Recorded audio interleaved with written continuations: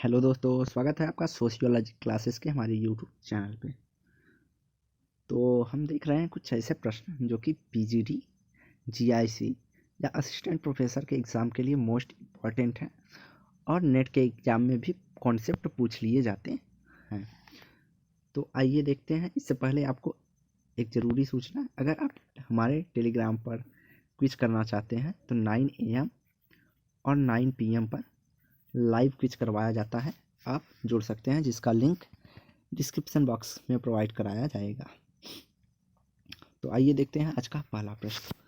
पहला प्रश्न है, मार्क्स के समाजों को दो वर्गों में विभाजन का परीक्षण किसने किया और एक तीसरे वर्ग मध्यम वर्ग को जोड़ दिया? हीगल, वेबर, डेहरनडॉर्फ या कॉलिंस? तो राइट आंसर हो जाएगा डेहरनडॉर्फ। उन्होंने कहा, डेहरनडॉर्फ कहते हैं मार्क्स के अनुसार जो दो वर्ग बताए हैं, तो उन्होंने कहा कि समाज में केवल दो वर्ग ही नहीं है, एक दूसरा वर्ग, एक और वर्ग है जिसे इन्होंने मध्यम वर्ग कहा है, जो कि सर्वहारा एवं बुर्जुआ के बीच कड़ी के रूप में कार्य करता है, ऐसा डेहरनडॉर्फ का मानना था। अगला, समाज के वर्गीकरण में किसने एशियाई समाज नाम दिया? दुर्खीम, स्पेंसर, टॉनिस या मार्क्स? तो राइट आंसर हो जाएगा मार्क्स।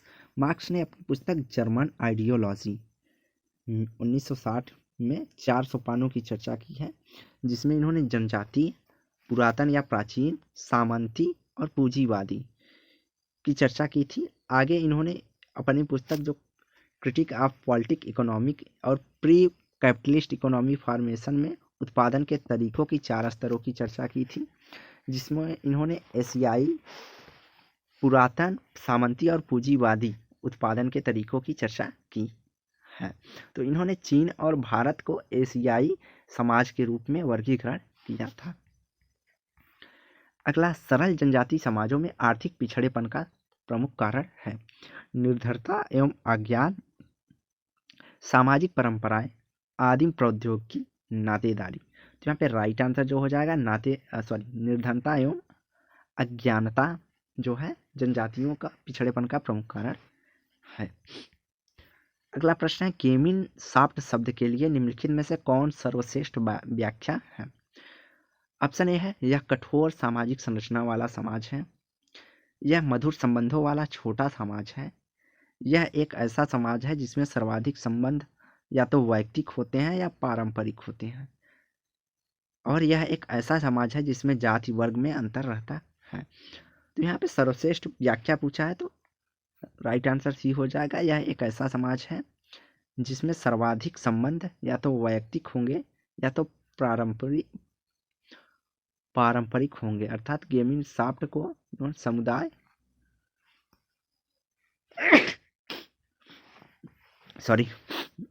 तो अवगेशन शाफ्ट को समाज या समिति के रूप में परिभाषित किसने किया? एफ टॉनिस ने।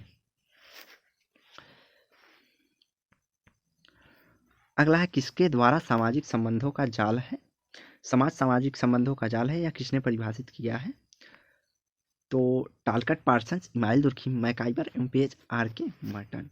तो इसका राइट आंसर जो हो जाएगा सी।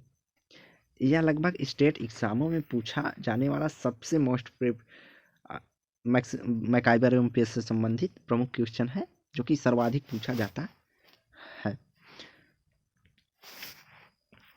अगला है, संघर्ष पर से पार उतरा हुआ सहयोग ही समाज कहा जाता है, यह किसने कहा है? तो किसका कथन है कि जो संघर्ष से पार सहयोग ही समाज कहा जाता है? JS Fisher, M Johnson, Kingsley Davis, MacIver एवं पेज? तो यह भी कथन मैकाइबर एवं पेज से ही रिलेटेड है कि संघर्ष से पार उतरा हुआ सहयोग ही समाज कहा जाता है। अगला है, समाज में व्यक्तिगत विचारों के मध्य एक संबंध है, यह विचार किसने इंगित किया है? मीड, स्पेंसर, कुले और बाल्डविन? तो राइट आंसर हो जाएगा कुले का विचार है कि समाज व्यक्तिगत विचारों के मध्य एक संबंध है। अगला है, किसने कहा जहाँ जीवन है वहीं समाज है? अगस्त काम्टे, हर्बर्ट स्पेंसर, मैकाइबर या कन्फ्यूशियस? तो यहाँ पे राइट आंसर जो हो जाएगा वह हो जाएगा मैकाइबर का कथन है कि जहाँ कहीं जीवन है वहीं समाज है। मानव समाज के अलावा पशुओं एवं कीड़ों मकोड़ों में भी समाज पाया जाता है। चींटियों में सामूहिकता की गुण देखी जाती है, तो वहीं पशु अपने माँ की पहचान कर लेते हैं। पशुओं के बीच भी सामूहिकता के साथ साथ कुछ जागरूकता भी देखी जाती है, लेकिन मनुष्य इनसे भिन्न होता है। मनुष्य संस्कृति का निर्माण करके इन पशुओं से भिन्न अपने एक समाज का निर्माण करता है, अर्थात पशु जो है संस्कृति का निर्माण नहीं कर सकते, इसलिए मनुष्य अलग है। अगला, समाज एक सामान्य पद है, वह व्यक्ति जिन्होंने इसे इंगित किया है वे हैं एम अब्राहम, एमंड एरो, योगेश अटल या आंद्रे वितई? तो समाज एक सामान्य पद है, यह कथन हमारा योगेश अटल से संबंधित है।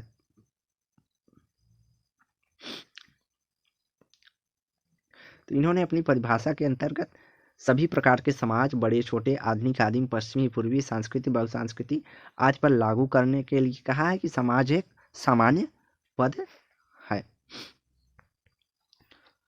समाज बनता है व्यक्तियों से, व्यक्तियों के संबंधों से, संस्थाओं से, समितियों से। तो राइट आंसर हो जाएगा व्यक्तियों के संबंधों से। तो समाज व्यक्तियों का समूह नहीं बल्कि व्यक्तियों के बीच पाए जाने वाले पारस्परिक संबंधों से होता है। समाज कोई मूर्त संगठन नहीं है, अर्थात इसको देखा या स्पर्श नहीं किया जा सकता है। लेकिन कई जो समाजशास्त्री हैं जो समाज को समूह के रूप में देखते हैं, उन्होंने समाज को मूर्त माना है। और लेकिन कुछ समाज शास्त्री हैं जो कुछ समाज को संबंधों के स्वरूप के रूप में देखते हैं, उन्होंने समाज को अमूर्त रूप में देखा है। तो इस पे विवादास्पद विचारधाराएं थी। अगला है, पशुओं में समाज होता है पर नहीं होता, क्या नहीं होता? संस्कृति, संगठन, समिति या संस्था? तो पशुओं में समाज होता है पर संस्कृति नहीं होता है। मानव एवं पशु समाजों में मुख्य अंतर है कि वे भौतिक आवश्यकताओं की पूर्ति अपने पर्यावरण के संदर्भ में करते हैं। वे अपनी निरंतर अस्तित्व की मूलभूत परिस्थितियों को आदर्शात्मक व्यवहार के संदर्भ में पूर्ण करते हैं। वे अपने सामान का पुनः उत्पादन करते हैं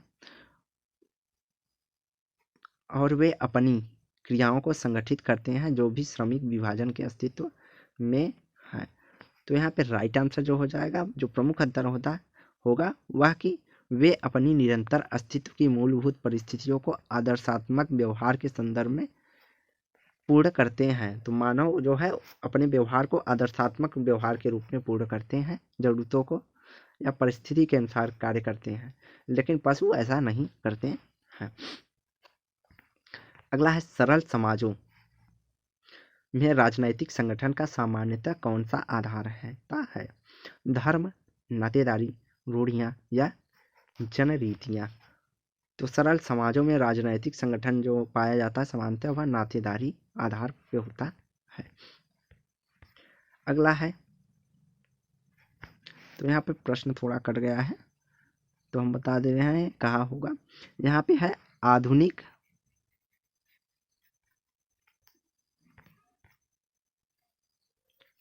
आधुनिक समाज शासित है अभिसमयों द्वारा, विधि शासन द्वारा या दैविक शक्ति द्वारा या भौतिक बल द्वारा? तो यहाँ पे दैविक है, यहाँ अभिसमयों है। तो राइट आंसर जो हो जाएगा, जो आधुनिक समाज या शासित होता है वह विधि या तार्किक शासन के रूप में देखा जाता है। अगला है, स्वनिर्देशित समाज पर निर्देशित समाज तथा परंपरा निर्देशित समाज की अवधारणा किसने दी है? डेविड रिचमैन, सोल्जबर्ग, एली चिनॉय या हाबहाउस?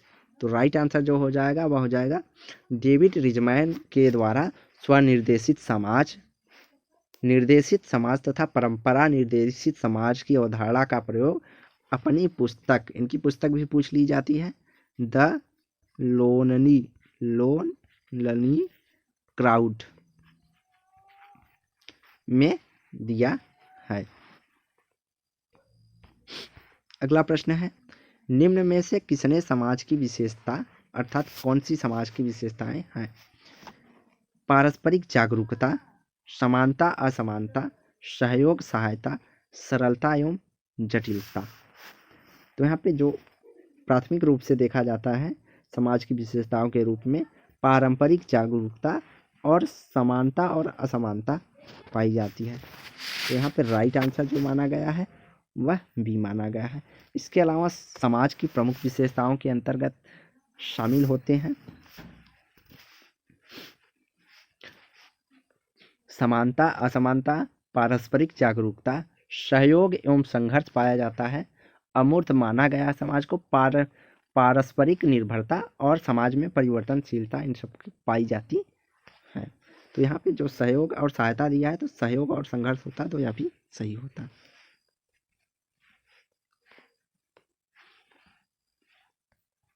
निम्न में से कौन सा एक समाज की विशेषता नहीं है? तो वहाँ पे समाज की विशेषता पूछा था, यहाँ पर एक समाज की विशेषता पूछा है। अन्योन्य आश्रितता, सहयोग एवं संघर्ष, समानता एवं भिन्नताएं और डी एक विशेष उद्देश्य। तो यहाँ पे जो एक विशेष उद्देश्य होता है वह समिति या समूह का होता है।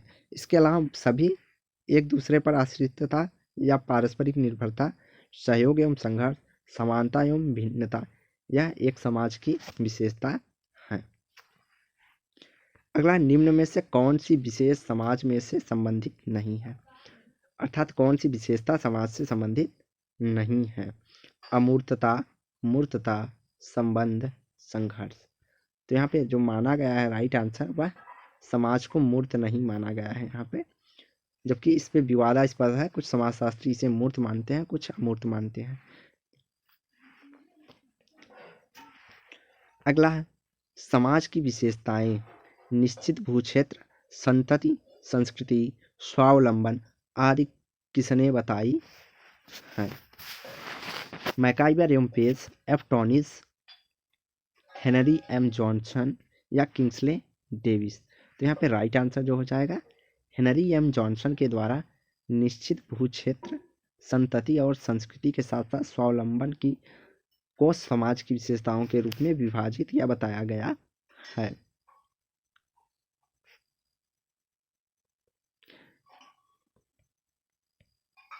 तो यहाँ पे संतति जो शब्द है वह प्रजनन क्षमता से रिलेटेड है। तो किसने समाज संगठन में राज्य की अपेक्षा व्यक्ति को अधिक महत्व प्रदान किया है? James Joyce, W Green, J S. Mill, Edward. तो यहाँ पे राइट आंसर जो हो जाएगा वह हो जाएगा जे.एस. मिल। जे.एस. मिल जो है इन्होंने यह कहा है कि व्यक्तिवादिता ही को भुलाना कठिन है, अर्थात समाज एवं संगठन या राज्य की अपेक्षा व्यक्ति से अधिक जुड़ा हुआ होता है।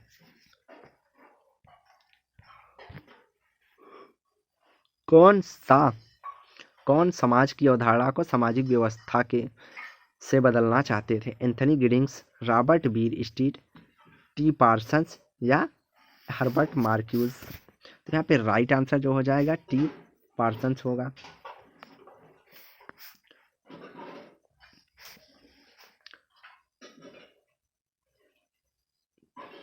कि पार्सन्स ने समाज की अवधारणा को सामाजिक व्यवस्था के रूप में देखा है। अगला प्रश्न है निम्नलिखित में से किसने समाज को 3 वर्गों योद्धा, कलाकार तथा शासक के रूप में विभाजित किया है? प्लेटो, सुकरात, डेकार्ट्स या डेमोस्ट्रेशियन। तो यहाँ पे राइट आंसर जो हो जाएगा प्लेटो। प्लेटो ने अपनी प्लेटो जो कि सुकरात के शिष्य थे और अरस्तु के गुरु थे, इन्होंने अपनी पुस्तक द रिपब्लिक में समाज को 3 वर्गों में विभाजित किया है, शासक, योद्धा एवं कलाकार। अगला, समाज में शासक वर्ग की अवधारणा किसने दी है? पैरेटो, जी मुस्का, सी राइट मिल्स या टीवी बाटो मोर। तो यहाँ पे राइट आंसर जो होगा कि समाज में शासक वर्ग की अवधारणा कौन दिया है? तो यह है जी मुस्का। पैरेटो और मुस्का कट्टर अभिजनवादी थे। पैरेटो ने मानव समाज को दो वर्गों में विभाजित किया था, एक एलिट और एक गैर एलिट, या अभिजन या गैर अभिजन। वहीं मुस्का ने मानव समाज को दो वर्गों में विभाजित किया था, एक शासक वर्ग, एक शासित वर्ग, अर्थात रूलिंग क्लास एवं रूल्ड क्लास। शासक वर्ग वह जो शासित वर्ग पर शासन करता था, और शासित वर्ग वह जिसे पर शासक वर्ग शासन किया करता था। पवित्र समाज की अवधारणा किसने दी? के marks, H Spencer, email Durkheim या ई पार्क। तो यहाँ पे पवित्र समाज की बात जो करते हैं वह रॉबर्ट ई पार्क करते हैं। इन्होंने समाज को दो भागों में विभाजित किया, एक पवित्र और दूसरा इन्होंने धर्मनिरपेक्ष समाज की बात कही है। पवित्र समाज की विशेषता में इन्होंने अचलता, धर्मनिरपेक्षता की समाज की विशेषता गतिशीलता बताई, अर्थात पवित्र समाज को इन्होंने स्थिर बताया है और धर्मनिरपेक्ष समाज को गतिशील बताया है। पवित्र समाज जो होता है वह परिवार उन्मुख होता है, जबकि समाज के प्रति कृतज्ञता की भावना रखता है। वहीं जो धर्मनिरपेक्ष समाज होता है वह अस्थायी हित पर आधारित होता है, अर्थात जहाँ पर हित देखता है वहीं पर जुड़ जाता है। निम्नांकित समाज वैज्ञानिकों में से आधुनिक समाज को एक जोखिम युक्त समाज या नई आधुनिकता की ओर के रूप में व्यक्त किया है। एंथनी गिडिंग्स, ओलरिच बेक या फ्रेडरिक जॉनसन या जॉन बॉड्रीलॉर्ड। तो यहाँ पे पूछा है जोखिम समाज की बात कौन करते हैं, तो उलरिच या अलरिच बेक, जो भी कह दो, इंग्लिश में इसे उलरिच बेक लिखा जाता है। तो इन्होंने अपनी पुस्तक ए जोखिम युक्त समाज नई आधुनिकता की ओर दी है, जिसमें इन्होंने आधुनिक समाज को एक जोखिम समाज कहा है। अगला, किसने कहा था कि आधुनिक समाज एक भगोड़ा समाज है? George Ritter, Peter Hamilton, Anthony Giddings या मैक्स वेबर। तो आधुनिक समाज एक भगोड़ा समाज है, यह कथन एंथनी गिडिंग्स से संबंधित है। अगला है, निम्नांकित में से कौन सी औद्योगिक समाज की विशेषता है? परंपराओं एवं प्रथाओं का अनुकरण, सजातीय एवं वर्ग चेतना की कमी, प्रतिस्पर्धा एवं संघर्ष, या उपयुक्त सभी। तो राइट आंसर हो जाएगा डी, प्रतिस्पर्धा एवं संघर्ष औद्योगिक समाज की विशेषताएं हैं, जबकि यह दोनों जो है वह प्राचीन समाज की विशेषताओं के अंतर्गत सम्मिलित किया जाता है। निम्नलिखित में से कौन औद्योगिकरण की विशेषता है? चारगाह अर्थव्यवस्था, निर्माणकारी अर्थव्यवस्था, विनिमय अर्थव्यवस्था या कृषि अर्थव्यवस्था। तो यहाँ पे जो है राइट आंसर हो जाएगा बी, निर्माणकारी अर्थव्यवस्था औद्योगिकरण की विशेषता है। औद्योगिकरण समाज की विशेषता के अंतर्गत प्रतिस्पर्धा, संघर्ष, श्रम का विशेषीकरण, यंत्रीकरण, कारखाना व्यवस्था, श्रम विभाजन, विशेषीकरण, शहरीकरण, परिवहन एवं संचरण, आधुनिकीकरण आदि को शामिल किया जाता है। जो औद्योगिकरण होता है दुर्खीम की भाषा में औद्योगिक समाज वह एक स्वावयवी समाज से रिलेटेड होता है, और इसमें प्रतिकारी कानून पाया जाता है दुर्खीम के अनुसार। अगला, निम्नांकित में से कौन औद्योगिक समाज की विशेषता नहीं है? तो यहाँ पे पूछा कौन सी विशेषताएं नहीं है। तो विसंगमता, यांत्रिक सहंति, गतिशीलता, दमनकारी विधियाँ। तो यहाँ पे राइट आंसर जो हो जाएगा एक यांत्रिक संहिता या यांत्रिक स्वावयविता दुर्खीम के अनुसार यह औद्योगिक समाज की विशेषता नहीं है, और दमनकारी कानून यह भी औद्योगिक समाज की विशेषता न होकर सरल समाज या आदिम समाज की विशेषता के अंतर्गत सम्मिलित है, जबकि विषमता और गतिशीलता औद्योगिक समाज की विशेषता है। तो यहाँ पे यांत्रिक की जगह स्वावयवी संहिता या एकता पाया जाता है, और प्रतिकारी कानून विधियां पाई जाती हैं औद्योगिक समाज में। प्रकृति से निकट विशेषता है कृषक समाज की, नगरी समाज की, औद्योगिक समाज की या उत्तर औद्योगिक समाज की। तो यहाँ पे राइट आंसर हो जाएगा कृषक समाज की विशेषता जो है प्रकृति से निकटता है। अगला है कृषक समाज की अवधारणा का विकास निम्नलिखित में से किसने किया है? आंद्रे बेतई, रॉबर्ट रेडफील्ड, मैकिम मेरिकेट या ऑस्कर लेविस। तो राइट आंसर जी हो जाएगा रॉबर्ट रेडफील्ड ने कृषक समाज की अवधारणा दी है।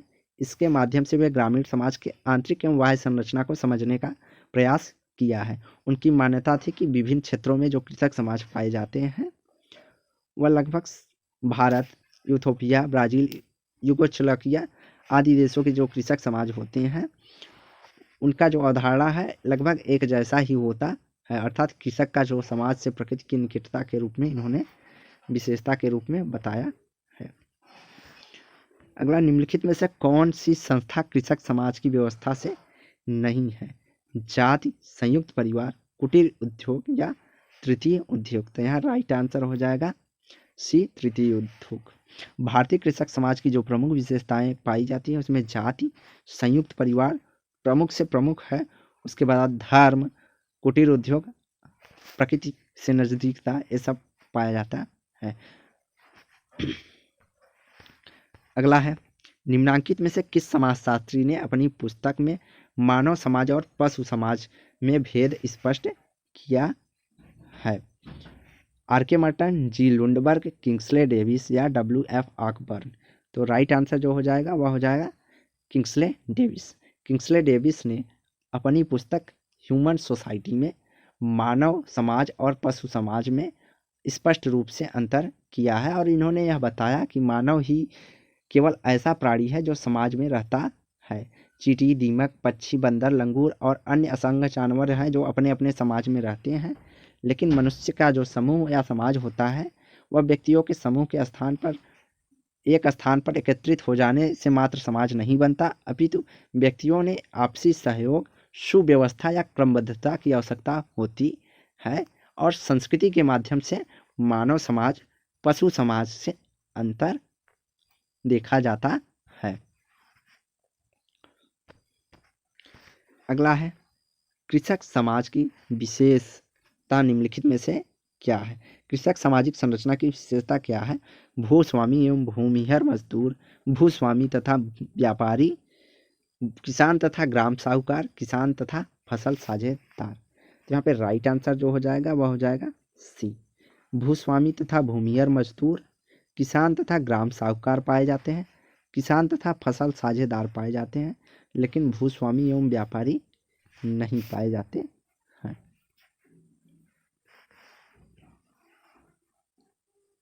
साझेदार को बटाईदार भी कहा जाता है। तो आज की वीडियो यहीं समाप्त करते हैं। वीडियो को लाइक एंड शेयर करें, चैनल को सब्सक्राइब करें। धन्यवाद। और डेली क्विज के लिए आप हमारे टेलीग्राम चैनल पर जुड़ सकते हैं जिसका लिंक डिस्क्रिप्शन बॉक्स में प्रोवाइड करवाया जाएगा।